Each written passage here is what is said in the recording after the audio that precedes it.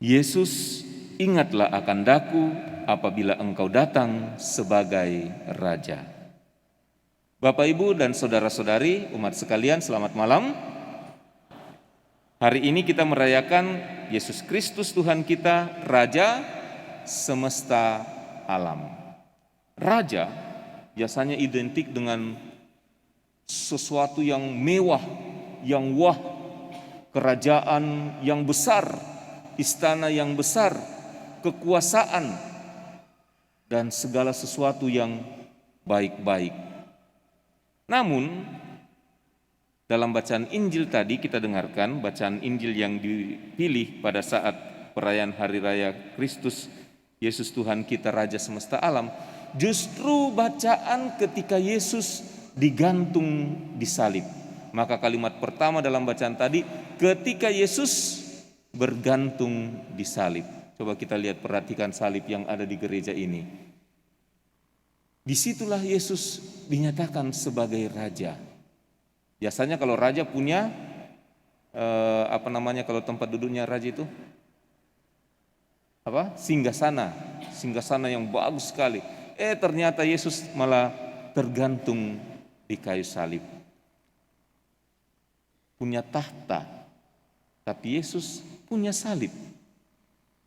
Dan di atas salib itu tertulis INRI. Di dalam Injil Yohanes dikatakan tulisan itu tertulis dalam 3 bahasa, Ibrani, Yunani, dan Latin. Ini 3 bahasa yang digunakan pada saat itu.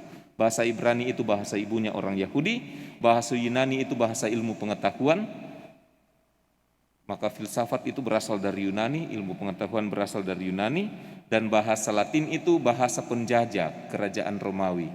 Nah, Yesus dihukum mati itu sebenarnya adalah hukuman yang digunakan oleh penjajah bangsa Romawi pada saat itu untuk menghukum penjahat kelas kakap. Kalau hukumannya orang Yahudi itu dilempari batu sampai mati kalau ada yang berbuat jahat. Hukuman rajam. Mana yang lebih enak ini, disalib atau dirajam?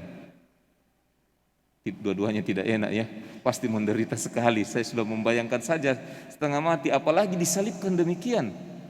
Dan di dalam kitab suci dikatakan selama sampai jam 12, dari jam 12 siang sampai jam 3 sore Yesus bergantung di situ. Berapa lama menderita? Padahal Yesus adalah Raja. Di atas salibnya tertulis INRI, bahasa Latin. Ini singkatan dari bahasa Latin sebenarnya. I itu Yesus, N itu Nazarenus, seorang Nazaret. Maka kita biasa orang Katolik, orang Kristen biasa juga dipanggil Nasrani, karena Yesus itu orang dari Nazaret, besar di Nazaret, kampungnya Bunda Maria. Maka dibesarkan di sana, dianggap juga sebagai seorang Nazaret. Maka disebut seorang Nazarenus, seorang Nazaret.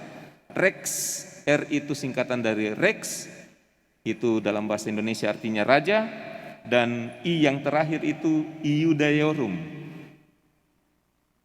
kepunyaan orang Yudea.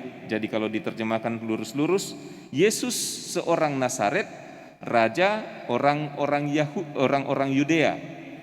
Maka Yesus sebenarnya memang diprediksi seperti dalam bacaan pertama tadi, kerajaan Daud itu dianggap kerajaan paling besar pada bangsa Israel. Maka dinanti-nantikan selama dalam masa penjajahan, mulai dari Babilonia, Asyur, termasuk ketika dijajah oleh bangsa Romawi, bangsa Israel selalu menantikan Mesias Kristus yang menyelamatkan mereka. Dan Yesus pada saat itu sudah memiliki ciri-ciri itu, ciri-ciri Mesias, ciri-ciri Kristus. Maka dia dikatakan sebagai Raja keturunan Daud. Dan memang kalau ditelusuri, Yesus masuk dalam keturunan Daud dari Bapak Yosef. Sehingga semakin kuat bahwa Yesus adalah Raja. Nah, tuduhan Yesus adalah Raja juga menjadi salah satu alasan untuk menghukum Yesus dengan cara disalib. Kalau dia adalah Raja, dia mengaku diri sebagai Raja, jangan-jangan dia mau kudeta kaisar di Roma ini, sehingga dia ditangkap. Selain alasan agama Yahudi, salah satu alasannya. Bapak, Ibu, dan saudara-saudari yang terkasih, Raja memang identik dengan kekuasaan. Saya coba lihat-lihat di Kamus Besar Bahasa Indonesia dan juga di Wikipedia, raja itu adalah seorang laki-laki yang memiliki kekuasaan, yang pemimpin laki-laki. Raja identik juga dengan kekuasaan. Namun justru sangat terbalik dengan yang dialami oleh Yesus. Karena Yesus sebagai raja, seperti dalam Injil Yohanes dikatakan, dia memang adalah raja. Ketika ditanya oleh Pilatus, apakah engkau seorang raja? Yesus mengatakan, engkau sendiri mengatakannya. Tetapi kerajaanku bukan dari dunia ini. Sebab jikalau kerajaanku berasal dari dunia ini, maka orang-orangku pasti telah datang membantu aku. Tetapi kerajaanku bukan dari dunia ini. Yesus meraja sebenarnya muncul dalam bacaan kedua, di mana Yesus itu sudah ada sebelum segala sesuatu dijadikan.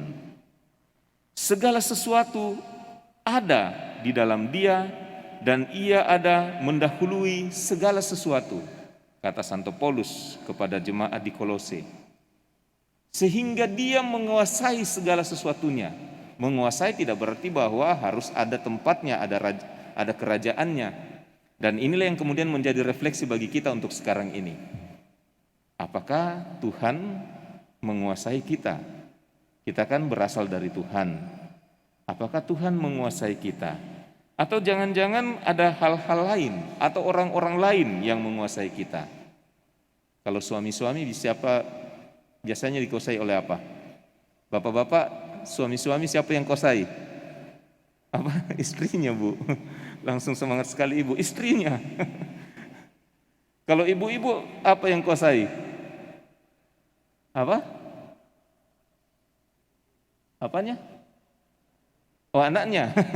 Anaknya yang kuasai. Apalagi yang biasanya dikuasai ibu-ibu? Jangan-jangan sinetron, ya? Sinetron yang berseri sampai 30, 40, 50 seri. Sampai masak pun sambil dari dapur melihat ke ruang makan karena sudah dikuasai oleh sinetron. Bapak-bapak mungkin juga dikuasai bola, apalagi sudah mulai Piala Dunia malam ini ya. Hati-hati, jangan sampai karena suka sekali kita nonton bola, kita dikuasai oleh bola. Hari ini malam ini begadang sampai tengah malam, besok pagi harus kerja, lupa kerja, jatuh dalam dosa kelalaian. Kita lalai melaksanakan tugas sebagai seorang bapak. Ibu-ibu mungkin dikuasai belanjanya, ya, shopping, dan mungkin juga healing dan ing-ing yang lain. Kalau orang muda biasanya dikuasai apa? Apa yang menguasai anak muda?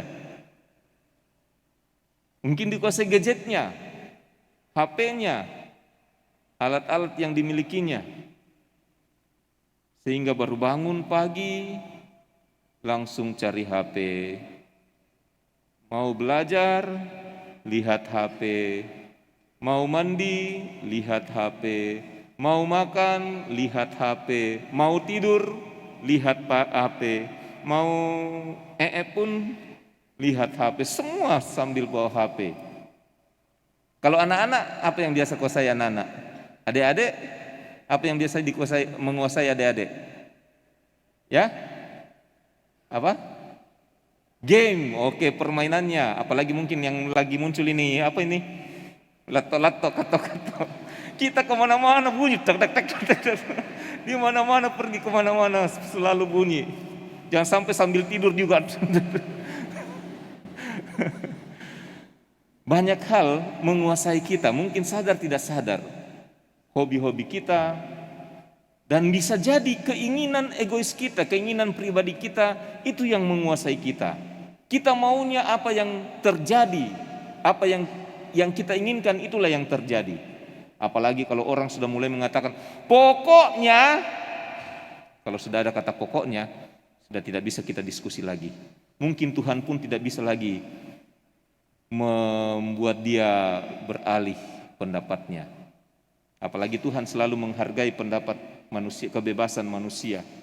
Maka sekali lagi refleksi bagi kita untuk perayaan hari raya Tuhan kita Yesus Kristus, Raja semesta alam. Sudah kita ketahui, sudah kita imani bahwa Kristuslah yang menguasai seluruh alam semesta, termasuk kita manusia ciptaannya. Tetapi kadang-kadang dalam kehidupan kita, justru kita yang menguasai diri kita, atau ada hal-hal lain yang menguasai kita, sehingga bukan Tuhan yang menguasai kita. Jikalau kita dikuasai oleh Tuhan, ada ciri-cirinya. Orang yang dikuasai Tuhan, pasti dia akan melakukan yang baik dan yang benar. Pasti itu. Maka gampang kita lihat, kita cek diri kita. Kalau kita sudah melakukan hal yang baik, melakukan hal yang benar, kita dikuasai oleh Tuhan. Tapi kalau kita melakukan hal yang jahat, hal yang buruk, ini bukan Tuhan yang berkuasa. Mungkin diri kita, keinginan diri kita, egoisme diri kita, atau bahkan iblis yang menguasai kita. Sekali lagi, mari kita refleksikan dalam kehidupan kita, dan kita diingatkan pada hari raya Tuhan kita Yesus Kristus, Raja semesta alam ini, supaya Tuhan yang menguasai kita, agar kita nanti pun seperti dalam bacaan Injil tadi, Yesus berkata kepada kita, sesungguhnya hari ini juga engkau akan ada bersama-sama aku di dalam Firdaus. Amin.